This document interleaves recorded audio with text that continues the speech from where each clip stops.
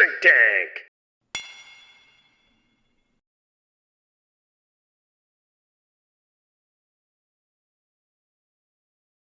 I gotta call my lawyer. Hey everybody, welcome to the second episode of Drink Tank. This past week, I binge watched all of the Scream movies, all 6 Scream movies. Yeah, I know. But I thought, in the process, why not do a video where I rank them, my personal choices, worst to first.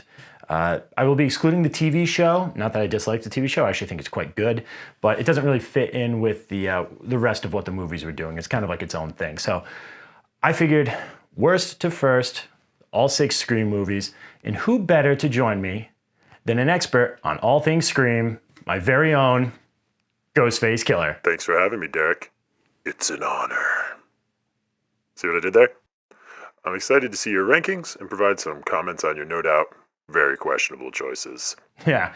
Anyways, thanks for that. You're correct in the formatting. I figure I will, go through my list and my reasons, and you can provide any color commentary you want on it, but I'll explain why I've ranked them in the way I have, and you're free to disagree with stuff like that. And I figured another fun touch would be, obviously, it's not the real Ghostface Killer.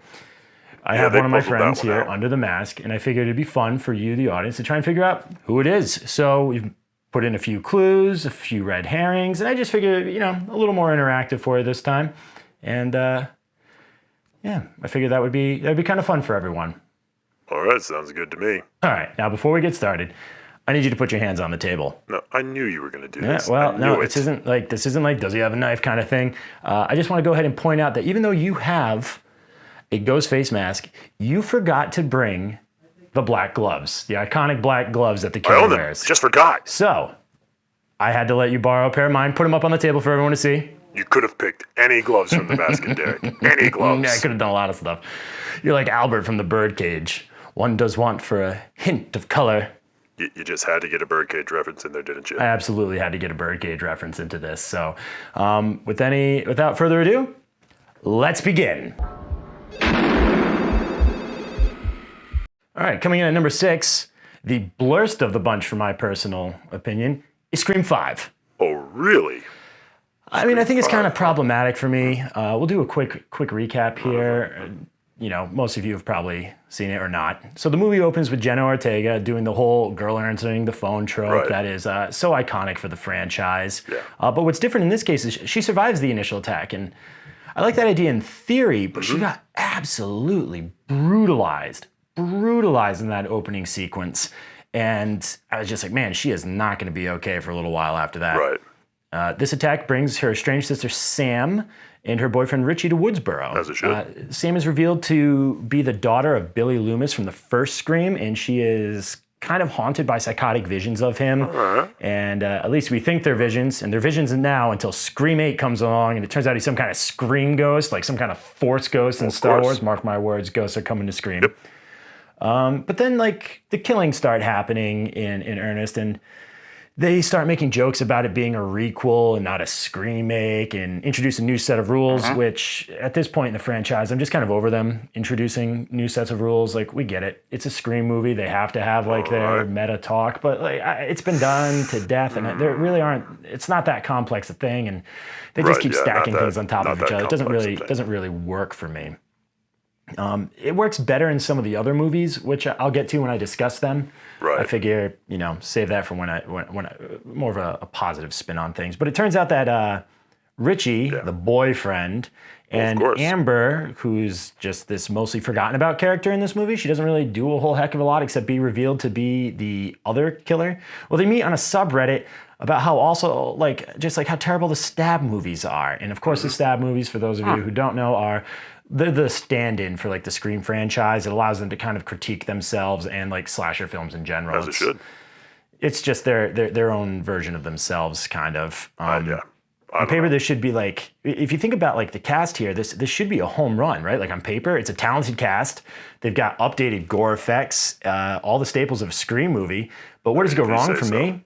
It really goes wrong kind of in the pacing of it. There's just a few things that just slow it down. The first 2 acts are fine. Like the initial setup and the killings are great, but really when we get to the finale that takes place at Stu Macher, the guy who was one of the killers in the first one, when it takes place in his house, it's like, oh, okay, this again. And it just goes on and on and on, which wouldn't be a problem if it weren't for the fact that I feel like we didn't really spend that much time with any of the characters. Like I didn't really get to know them as much as I would. They're more like stand-ins for like some of the legacy characters, and I didn't really feel like they had enough of their own personality. You have like the twins who are the niece and nephew of Randy from the Screams 1 and 2, and they're kind of like stand-ins for Randy. You know, Chad's a little bit of a stand, like Mindy's more of a stand-in for Randy, and Chad's more of a stand-in for Dewey, but everybody else is kind of like, I don't know. It just didn't resonate with me. It just did not resonate with me. Yeah, I think that's fair.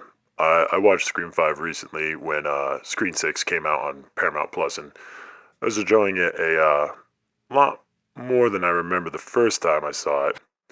If I'm being honest, even though I just watched it, I really can only remember like 2 deaths. I remember Lady Sheriff Lady? Sheriff Lady? You think that's her name? I don't remember her name. It's She was Hicks. hardly in it. Sheriff Hicks, like in Aliens. Fine, Sheriff Lady Hicks. She gets killed running up to the door when Ghostface threatens to kill her son, and is memorable because it happens in broad daylight, and it is sudden.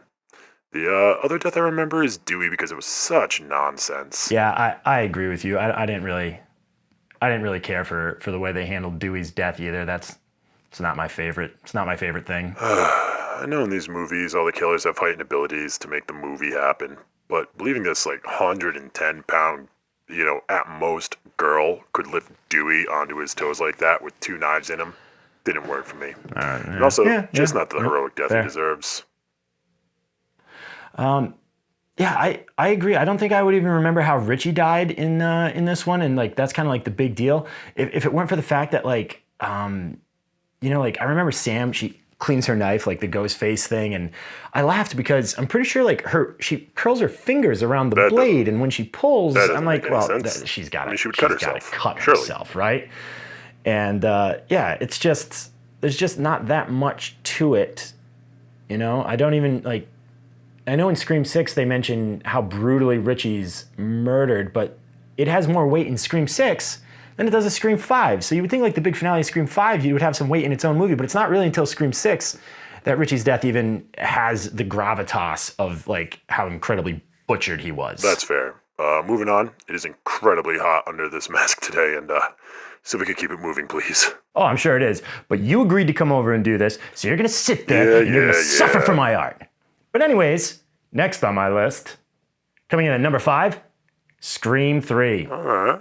Now, this one is ranked low as a matter of technicality, as it is technically put together very poorly. The first 2 Screams were written by Kevin Williamson, and this one was written by Aaron Kruger, who I think does an admirable job considering how much studio interference was in this movie, which I'll get into. The movie opens with Connor from Cotton, my mistake, from Liev Schreiber's character, Cotton, from Scream 3, or from Screams 1 and 2. Boy, oh boy, am I... It's 9%, bud. What do you want from me? They're not all going to be hits. I'm going to mess up some words. Seltzer. But we'll get more into Cotton's story later on. He gets a phone call on his way home, and it's a killer saying if he doesn't tell him where Sidney Prescott is, he's going to murder his girlfriend. So he rushes home. The guy's there, and you have the fight ensue, and he refuses to tell the killer where Sidney is, and he and his girlfriend are murdered by a ghost face. Well, it turns out that Cotton was coming from the set of Stab 3, and he's like just like a consultant producer type, and the killer is now using the script from Stab 3 as a blueprint to murder the actors, all in an attempt to draw out Sidney Prescott, because, you got unfinished business with Sidney Prescott. Well, the gang gets together, and they all come back. And, well, not all of them. The dead ones don't come back. But you get like your main three with Sidney, Gale, and Dewey.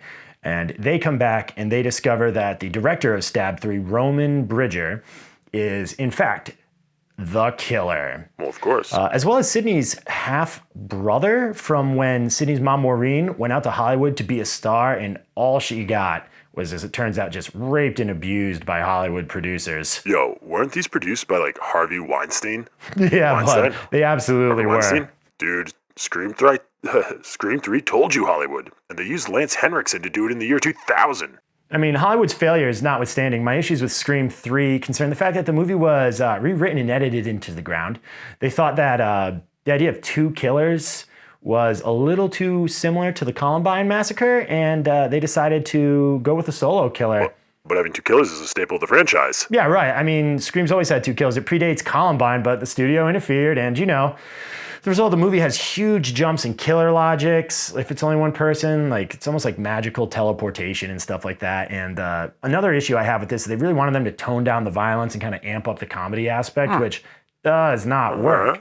And to that end, and I'm not even kidding, I don't know why anyone would do that. I don't know why anyone would do this. I don't know, man. They put Jay and Silent Bob, not Kevin Smith and Jason Mewes. They put Jay and Silent Bob, the characters, into Scream 3. They're doing a studio tour. They walk by, they see Gail Weathers and like, hey, Connie Chung, how's Maury? I don't know. And like she flips him off and walks away. So in the world of Scream, Jay and Silent Bob are real people. There's just no need for that. I mean, it's probably just like, yeah, there's no need for that. I mean, those were all like Weinstein produced things anyway. So they're probably like, who do we have on set today in another movie? Let's get cameos. People love cameos. Not those cameos. Those aren't the cameos we like. I don't remember that, but wow. And honestly, man, really I don't remember much of this one except when the house explodes, when the killer causes a gas leak, and that dumb guy uses his lighter. Wait. Isn't Jenny McCarthy in this one? No, Jenny McCarthy is absolutely in this one. She makes a joke about her character in the movie Stab 3, only has 2 scenes before dying, which is kind of funny because she has 2 scenes in this movie before she is killed. So that was kind of fun. But I think the idea of like the predatory nature of like Hollywood spawning, killers, and it should be a more fun movie than this.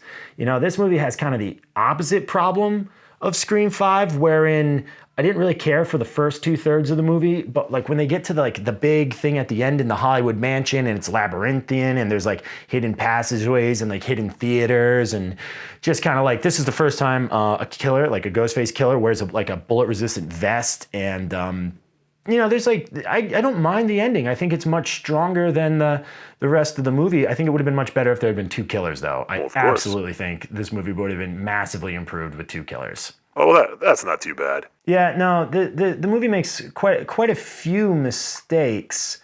There's a videotaped message by Randy in this one. They introduced the fact that like Randy has a sister. Well, I mean, Scream family members are coming out of the woodwork anyway. Yeah, it's a little silly. She shows up with a pre-taped message saying, "In the event I die and you find yourself in another killer situation," I think you just cut that out. I don't think it serves any purpose. Why would they do that? It's just people wanted to see more Jamie Kennedy, but it's so jarringly out of place. And like I said, man, that's got to be studio interference in the first 2/3 of the movie. I feel like just the wrong choices were made. I don't know. The one thing though that this movie does kind of like, there's not a lot of this movie that follows through. I don't think they really ever talk about like her having like a half brother or anything like that again, except in Scream 6. But even then, it's like only casually. I don't even think they mentioned that Roman is her brother. I think they just mentioned that the killer was Roman. One of the Scream killers was Roman, and but they introduced Patrick Dempsey as Mark Kincaid. And even though this is the only movie he's in, they established later on in the franchise that she and Mark get married and they start a family. So I mean, even though we don't really see him again, like his character has a little bit of staying power. He's there in the backgrounds. I'm sure they probably wanted to get him, but filming Grey's Anatomy or whatever probably took precedent. Who knows? Who knows how it works? But no, it is implied. It is implied. Oh, that's not too bad. Next song. All right, now number 4, Scream 2. This one might be a little controversial for some people, but number 4 for me is Scream 2. Really? All right, just keeping count here. You think Scream 4 and 6 are better than Scream 2? I mean, I assume number 1 will be Scream 1 for obvious reasons, but really, Scream 2 doesn't make the cut? Sick with the puns today, my man. But yeah, especially going straight from Scream 1 to Scream 2. I mean, there's a fair amount of hype, and I don't know, it didn't really quite land for me, and I'll explain why. So the movie starts with, it opens with Jada Pinkett. Careful, Derek. Hey, I didn't say the whole name, so I should be safe from Will Smith's rage at this point. We hope. But Mrs. Romantic Entanglement herself Too clever and by half. Omar Epps get free tickets to see the premiere of Stab, which is based off the Woodsboro murders by Gail Weathers. So Stab is the very first attempt to do like their in-universe Scream movie. So they end up going to the premiere, and they're murdered at the premiere. And I was just thinking, like, watching, it's hilarious because one of like the door prizes for coming to the premiere is a ghost face costume. Probably not the smartest or best promotional tie-in, you know. But hey, what do I know? I'm not in charge. How do you think I got this mask? I'm guessing on Amazon. Oh, well, yeah, but still. No. Anyways, yes. So it turns out these two are going to the same college as Sydney and Randy, and before you know it, more co-eds are being murdered, including Buffy herself. Did anyone pledge Delta Capitated? Delta Capitated? Decapitated? Get it. But no. The killers are actually revealed to be Nancy Loomis, which is Billy's mother, and Raylan Givens himself, Timothy I don't mind Oliphant. that. Now, he plays a character named Mickey. He's a film student who wants to use the fact that they made a Stab movie based on the Woodsboro murders to argue that like the movies made him violent. It's kind of a nice joke on the long-running theory that violent movies or violent games make people violent. Yeah. Again, I think this falls into like the Scream 5 kind of style where I was having a really good time until they really messed up the ending of this one for me. It just did not connect the way I was hoping. This is the one where they have the showdown on the set of a stage play, right? I didn't mind it.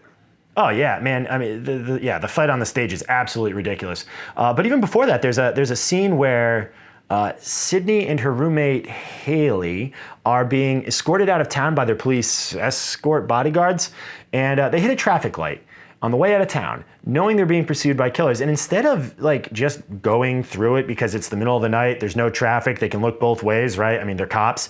They sit at the light for an obnoxiously long period of time, and then boom, Ghostface just pops up, smashes the window, kills kills the one cop. It turns into a nightmare. They crash the car, the other cop's dead.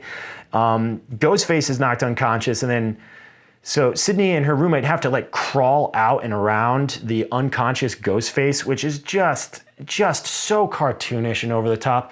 And then Sydney, instead of just running away, she's like, I gotta go back and see who it is. Haley's like, don't do it. She goes back to the car. No one's in it. So he quietly got out of the car, closed the door, and then ran around the construction site to kill Haley by flanking her, which is just like, it's so ridiculous. I mean, it's just absolutely ridiculous. Yep, very silly. Hardly believable at all. Yeah, it just comes across as silly. And speaking of silly, casting Laurie Metcalf as the killer, it was good casting against type. I mean, she was a big enough name to come across as kind of like a foil for Gail because she's pretending to be like an investigative journalist, but it turns out that she's not. She's just Nancy Loomis, and she's there just for revenge. Yeah, that tends to happen. Which is fine. You know, the villains do in all these franchises. Every time the villain kind of like takes off their mask, they become cartoonishly over the top villains. It's kind of like, you know, like. Yeah, I'm generally fine with it. I like the mustache twirling villains. You know, they made me laugh. Now, correct me if I'm wrong, but isn't this the movie where Liev Schreiber is just running around trying to get Nev Campbell to go on 60 Minutes with him the whole time? Yeah. No, he was offered money to get himself and Sydney to go interview with Diane Sawyer. Okay, yeah, right. Which plays into the ending actually. So it's not bad. It's not just like a throwaway thing that they were goofing off with. Yep. So at the end of Scream 1, Sydney kind of recants because she finds out like Billy admits that it was him and Stu who murdered her mother. So Cotton's out of jail, and he thinks that he's going to be set up with the ability to like make like amends with Sydney on camera and kind of like, you know, get like a little bit of like his name back. But Nancy Loomis is like, you know, she took a year of your life for this, and if we kill her now, like, it's fine, bud. She deserves to die for what she did to you, kind of thing. Right. And so he's standing there. He's got his gun, right, and he's pointing it at them. And she's doing this, and he's looking at Sid, and he goes, "I bet that Diane Sawyer interview sounds real good right now." And she just kind of goes like, "Consider it done." And then he just shoots Nancy. And then he goes, "Whoa, that was intense." It's pretty funny. It's pretty funny. I laughed a little bit at that. I kind of like that part of the ending. Yeah, I mostly just remember how Randy was insulting Billy from the first movie, and suddenly Ghostface pulls him into the van and kills him. That scene sticks with me. Absolutely great death. Mm-hmm. Yeah, that's absolutely a great death, which is why when they do like the videotape thing in Scream 3, it's completely unnecessary. You already have a great send-off for this character. Why are you ruin it? Why, especially with something as cheesy as like, oh, in case I die, here's a videotape I made. It's just, no, I don't, all right, no.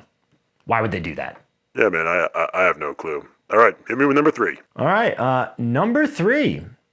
This one kind of shocks me a little bit, and I'm gonna give it to Scream 6. Honestly, you know, I must admit, given your aversion to new things, I thought this would have been ranked much lower. No, it's not that I mind new things. I mind like poorly written and like poorly paced things, and I was never bored during this movie. I was never bored during Scream 6. Okay, yeah. It opens with the always wonderful Samara Weaving just sitting at a bar waiting for her internet date. And, he's not showing up. She gets a call saying he's lost. And she does like her character introduction where she says she's like a professor of like modern slasher studies at or like an adjunct professor or assistant professor of modern slasher studies at the local college, which is revealed to be Blackmore University. And I mean, if you say so. She goes out into the alleyway and looking for her date who's lost, and then it turns out it's actually the killer luring her, and he like tells her, it's like, you never do these things, and then he stabs her, he murders her in this alleyway, and then takes off his mask and stuff, and it turns out it's the guy from Grand Budapest Hotel. Oh, so the guy from Grand Budapest Hotel, he starts walking back to his apartment, and on the way he passes Jenna Ortega, and she is telling him about like this party they're going to, and asking him if he's going to show up later, and he says, "Yeah, I might." And it's just kind of like you're following behind him, and he just kind of passes her, and like it's just good. It was like a really natural scene. It's like, oh, they met up on the street, and he's like, "Yeah, maybe I'll see you at that party," and it's like, oh, that's nefarious of him. And he goes back to his apartment, and it turns out he and his roommate are both like, man, we have to finish Richie's movie. We need to kill. Yeah, that tends to happen in this franchise. Jenna Ortega's character and Sam. I'm just going to call her Jenna Ortega. I don't remember her character's name that well. And Sam, like, got to kill them to finish Richie's movie. So he gets back and he gets a phone call, and it turns out that his roommate's dead. He's been dismembered and put in the fridge.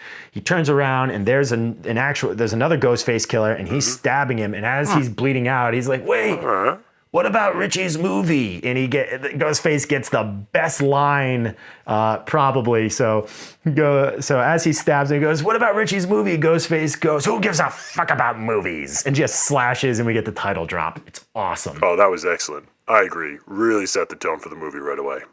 Yeah, absolutely. And then the next thing you know, you get the 4 survivors from Scream 5. They prefer to be called the Core 4, yes, Derek. The Core 4. Yes, the Core 4 find themselves trying to solve the mystery of who the new Ghostface might be. This Ghostface is leaving clues at each scene that include DNA from the previous killers in the franchise, but in like reverse order. And so they say it's counting down to, Billy Loomis. So it's all counting down to you, Sam. It should be noted that the DNA was collected from the evidence of the previous crimes, because it turns out there is an abandoned theater that was converted into a stab / like Ghostface of yesteryear shrine of sorts, and it is revealed that Richie apparently was wealthy enough to pay off enough cops into selling him the evidence, I guess. Is how that worked? Yeah, right. Yeah, no, that was kind of a big big stretch for me, but I don't. That's probably the biggest stretch for me is that Richie would be so independently wealthy and collect these things. But I don't mind it. It's fine. It's fine. It doesn't really impact many of the characters of the stories, and it gives you a kind of like a cool set piece. So I'm all right on that. Yeah, plus, every one of these movies has that one thing you kind of shrug off logically so the movie can happen. Yeah, absolutely. You always have to, suspension of disbelief and whatnot. But the killer turns out to be Detective Well, of Bailey, course. his daughter Quinn, who was fake murdered at the beginning, and his other son Ethan.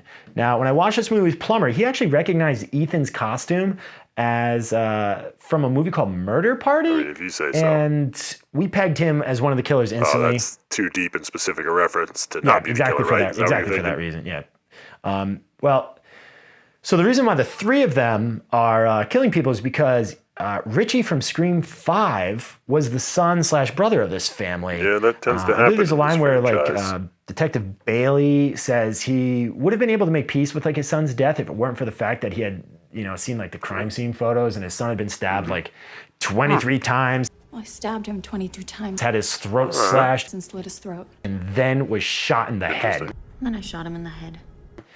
So it kind of makes him snap a little bit, and they decide it's revenge time, and they start leaking rumors online that Sam was actually the mastermind behind the killings because she's the psycho daughter of Billy Loomis, and the whole idea is to make it so exaggerated that it gets to a point where even the media would believe that it was Sam who was doing the killings this time as well. So they were trying to frame her. And I mean, it's a revenge plot, and they just want to frame the person who murdered the brother/son. No need to complicate things. Revenge is a simple plot. I like that the father said to honor his son, it was all going to go down in his reliquary of sorts where, he had all of his Ghostface memorabilia. No, yeah, it absolutely fits, and I like this movie a lot more than I expected to. And like I said, I thought it was well paced, and using New York City worked very well, I thought.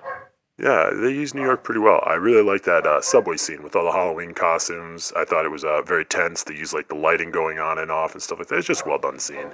I never really found myself bored or asking the movie to hurry up and get on with it. Simple kills, not a lot of flair to them, just kind of brutal and move on. Well, except for that ladder kill. That was probably the most dramatic. The rest felt very grounded to me. Well, until the end. But, the endings are meant to be over the top in these films. What is Hanklin barking at up there? Anyways, so I was joking with Plummer that I watched the entire season of The Last of Us. 0 brick kills. No brick violence. No brick violence, if you can believe it. Meanwhile, in a short segment here at the end of Scream 6, we get 2 really brutal brick attacks. So look, HBO, bricks can work. Bricks can be violent. They smash Quinn's face in, her teeth come out. It's wonderful. It's just wonderful. Bricks can work. Yeah,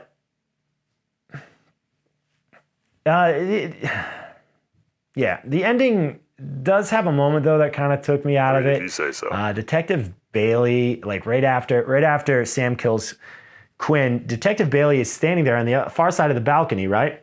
He's got his gun pointed at her, and so instead of just, bam, all right, shot her, she's done. He Muppet runs at her, his arms go wide out. I'll put the. I swear to God. No, I'll put the clip in. I don't remember. He comes running at it like a Muppet, My friends, I'm sorry they to say, collide, Derek fall has over the lost his balcony. mind. But I was laughing so hard because it is the most unnatural looking run I've ever seen. It just doesn't look right. It doesn't look right. It's cartoonish and it's funny. And I swear to God, if he had little metal things coming at him, we'd be like, it's a Muppet run. So. Yeah, Muppets aside, I like seeing Sam embrace her murder genetics.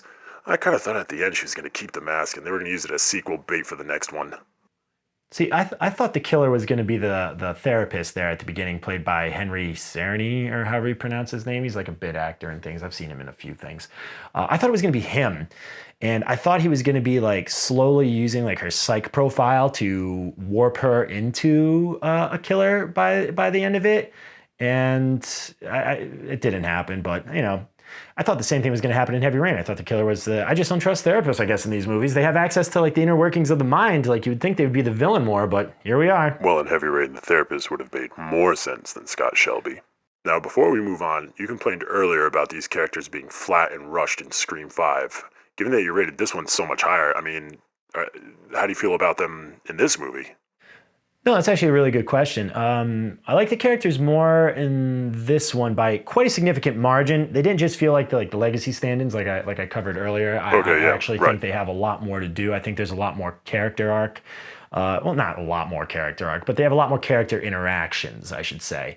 And so I like how they, get to kind of like joke and be a little more You know, lighthearted like with each other. We friends don't really do. get a lot I of get it. scenes of like fun from them in Scream 5. And I liked this one. I like that they're still doing the stand-ins, though. They are still course. stand-ins. Mindy gets to be a little bit more Randy in this one, and Chad definitely becomes much more Dewey-like after being stabbed several times in Scream 5, and then he gets stabbed several times in this, and they like wheel him out, and it's almost exactly how they wheeled Dewey out. Like he's like, like it's Right, yeah, it's they were- great. they were So very I mean, clearly I doing hope that. he just continues I to keep noticed that getting myself. stabbed a ridiculous amount of times, and every time he comes back, they're like, "How are you okay?" And it's like, oh man, I got stabbed in all my scar tissue. Like, because that's what they said in Scream 2 when Dewey gets like, you think he's dead again, but it turns out like, it's a good thing you had all that scar tissue. It really stopped you from getting injured, which is funny. Like, so yeah, just keep brutalizing Chad. I'm fine with it. I think it's silly. I think he's, he's a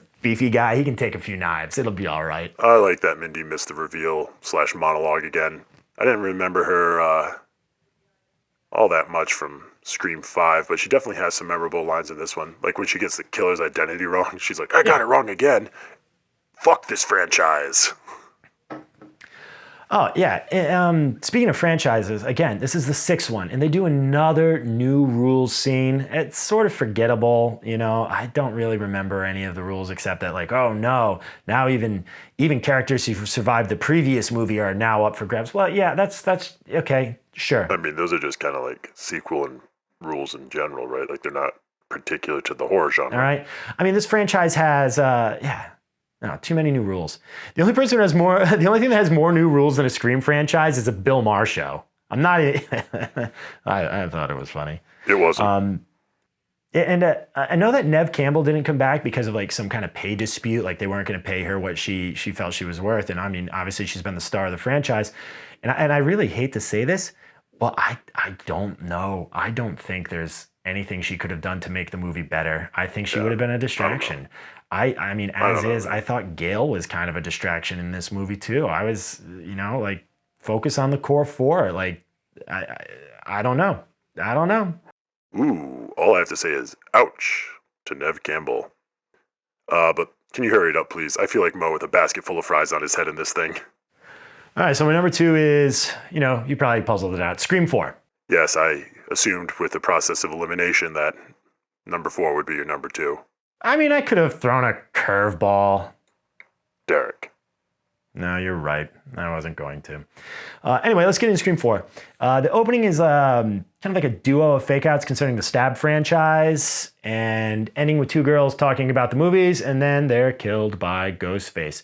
It's simple, silly. It has some good guest stars in Anna Paquin and Kristen Bell. The main characters this time around are Sydney's cousin Jill and her high school friends. So Sydney has just written a book, and her agent suggests doing a publicity event in Woodsboro. What could possibly go wrong with that? Yeah, right. Yeah, I know. Not the best idea. But the publicist is Alison Brie. And to be honest, I'd probably do almost anything she tells me to do, too. So I can kind of understand it. The mask keeps slipping. So while Sydney's in town, the Ghostface murders start picking up, and Jill and her friends are being targeted.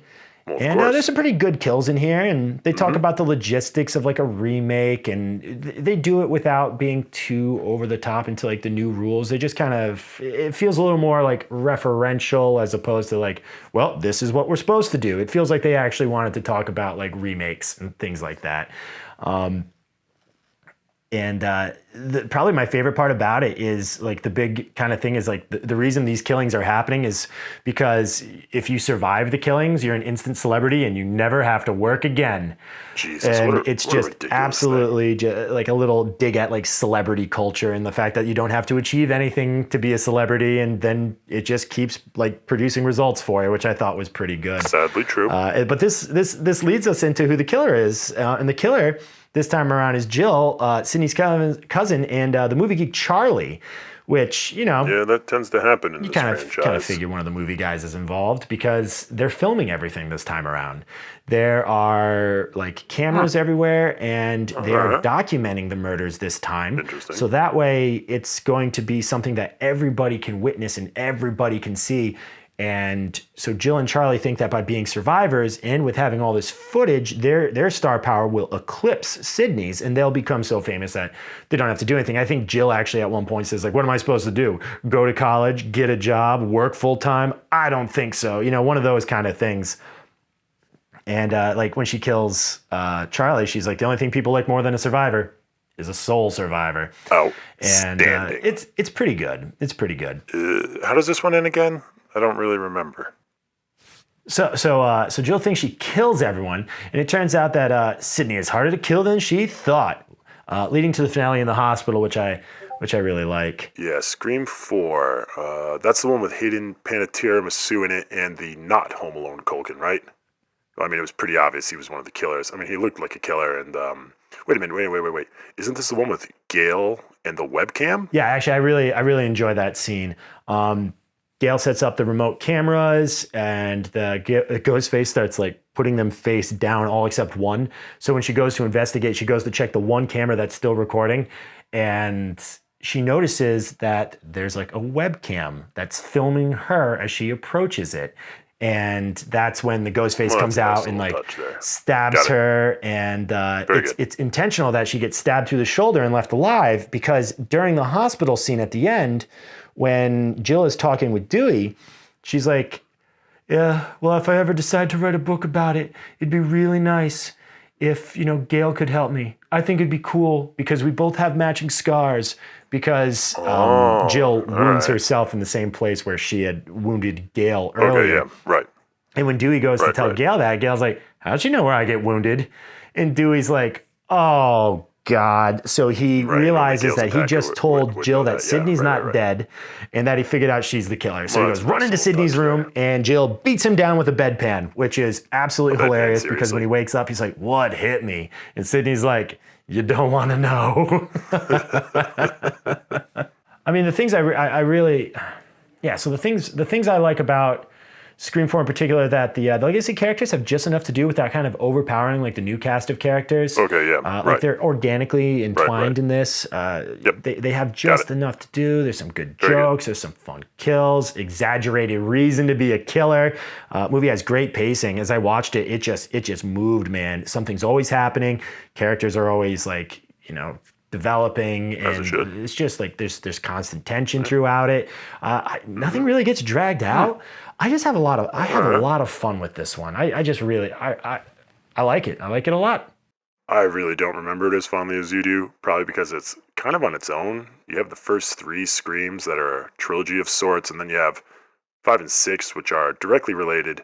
4 just kind of exists as an island, really. It's kind of its own thing. I mean, nothing we really talk about carries over except for like small details that they bring into Scream 6, it sounds like. I mean, yeah, you're right. Maybe that's why I sort of like it. It's connected enough through characters, but it doesn't really feel. It feels like its own thing. Like it doesn't feel like it's too beholden to like continuity. Like you're right. Yeah, it is kind of its own thing. Plus, I think it's the last one Wes Craven directed before he died, and it also features the return of Kevin Williamson as the writer. And Wes famously said he'd only come back if the script was as good as Scream 1, and honestly, I think it gets pretty close, which leads us to... No surprise here, my number 1 is Scream, the first one. I kind of figured. I mean, what can we say about it that hasn't been said a million times? It's the iconic opening as the top billed and prominently featured on the poster, Drew Barrymore. What's your favorite scary movie, only to be killed in the beginning and drop the titles? I mean, it is awesome. Yeah, 1996 was good with killing off top billed poster stars. Executive Decision did it with Steven Seagal the same year. Oh, yeah. That was also a pretty fun movie, if I'm going to be honest. Well, let's get back to Scream real quick. So we find out that Sydney's mother was raped and murdered a year ago. Sydney identifies Cotton as the culprit. Gail Weathers thinks Sid is wrong. Sydney is dating Billy Loomis, whose mother left him, because we'll find out that his father was having an affair with Sydney's mother.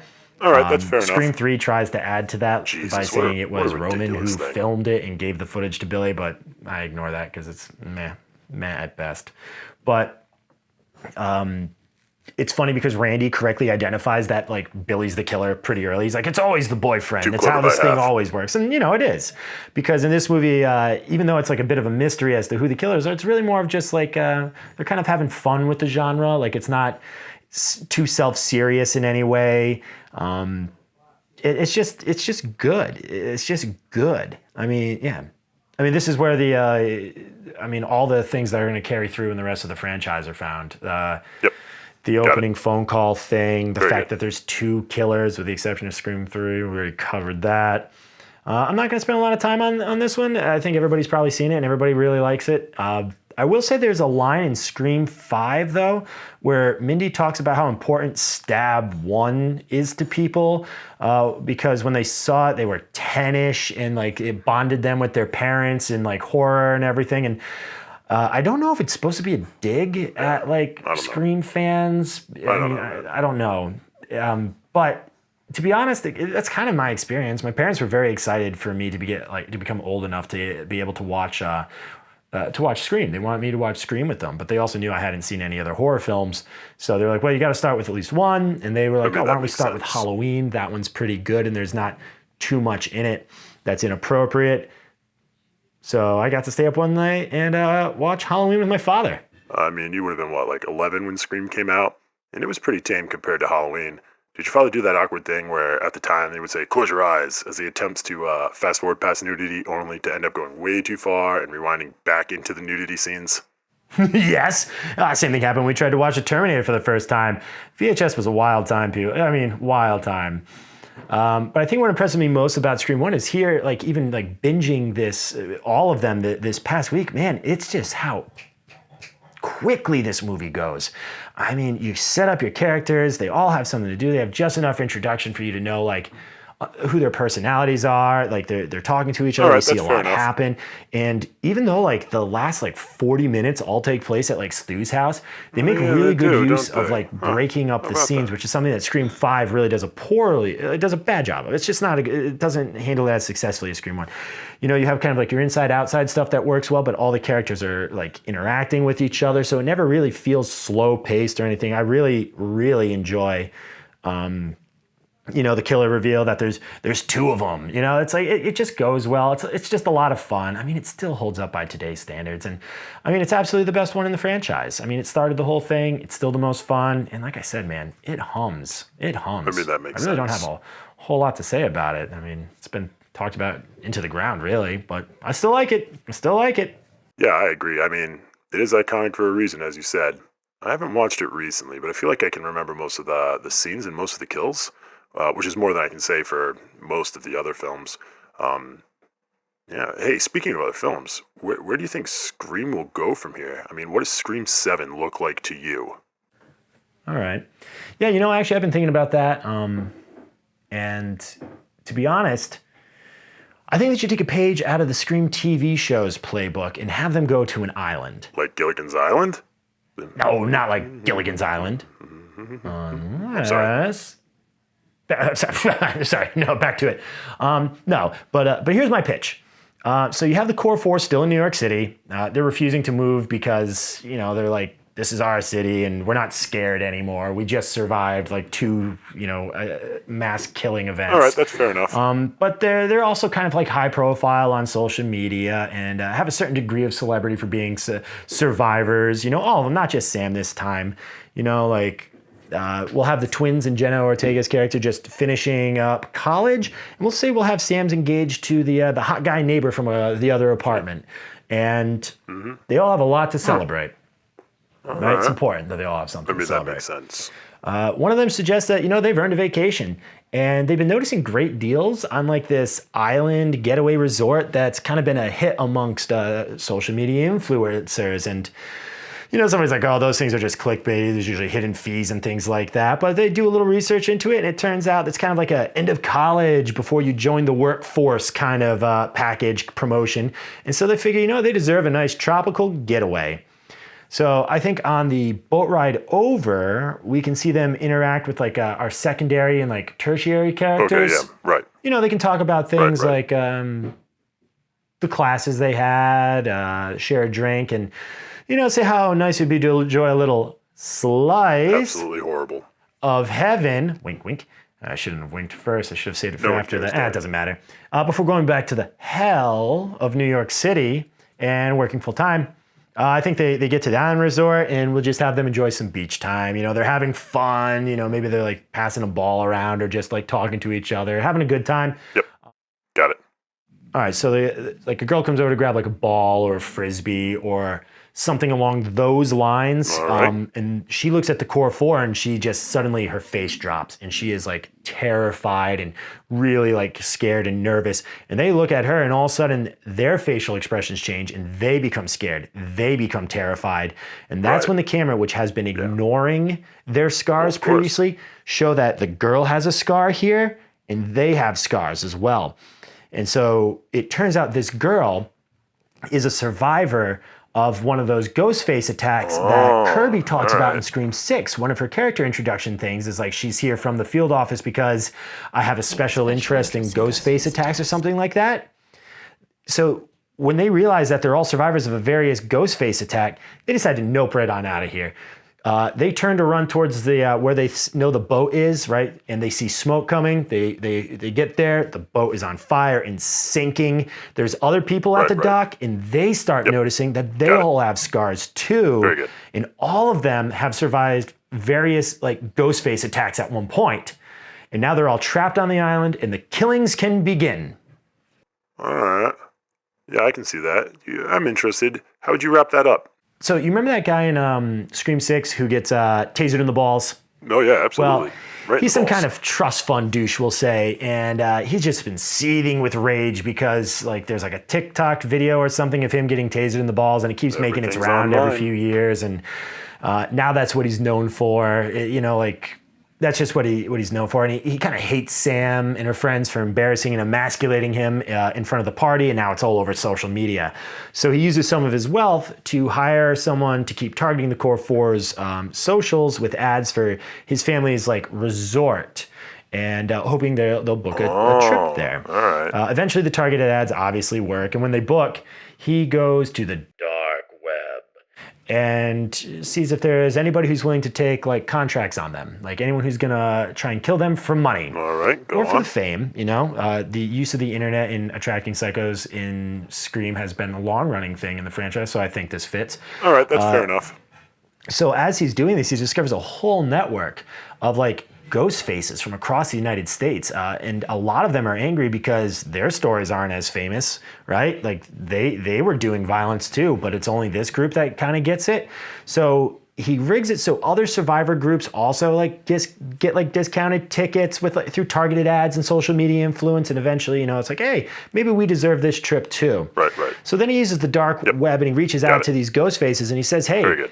all these survivors from previous attacks, I've got them all in one place. And he arranges like a bounty system or something like that, maybe, right? Like each survivor is worth a certain amount of money, and whoever can take them out gets that put in their account. And, you know, some of them are doing it just because I just need to finish like my chapter in this as well. So you would have like a couple ghost faces being all showing up at the resort. And of course, it's like a high-end resort. There are cameras everywhere, that makes and those who sense. don't want to go can watch the live stream because everything's being documented, like they said in like Scream 4. So you have a group of ghost faces hunting down various survivors along with our core 4. You know, Scream 7, Hell in Heaven. Absolutely horrible. I thought it was funny. I get what you say. And if it works, you know what else? This could be a launching pad for various other Scream spin-offs following different characters, you know? So you're welcome, Hollywood. Money, please. You know, I think I'd watch that. You could have a lot of fun with the other survivors and their ghost face backstories as well. Lots of opportunities to poke fun at other horror franchises and tropes as well. I like it. I like it a lot. You just have the final showdown take place during a sudden storm, like in Jurassic Park, that prevents rescue crews from getting there. I mean, yeah, you could, but I like the idea of the movie happening mostly in daylight, surrounded by blue skies and clear waters. I mean, it would give it a different aesthetic from the other movies. Plus, I'd love one of the ghost faces to be wearing like a Hawaiian shirt because it's hot, and like another ghost face who's in the full-on getup just looks at him, shakes his head, and quickly stabs him in the heart in disappointment and then walks away. I mean, I can see it. It's probably a little too silly, but I can see it. Yeah. I think it's silly. Yeah, it's probably too. Yeah, I think you're right. It might be too silly.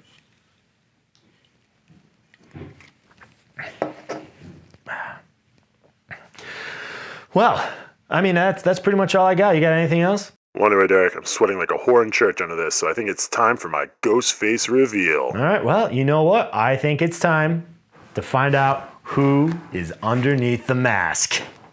So, without any further ado, ladies and gentlemen, the ghost face who's been accompanying me this whole time is... Oh no, it's me! Oh, I should have known. You're the only person dumb enough to spend this much time hanging out with me. What do you mean? Anyways, I think we're gonna wrap this up. Yeah. Whatever. It was fun. No, I had a good time. After you've been through something like this with someone, you never want to see that person again.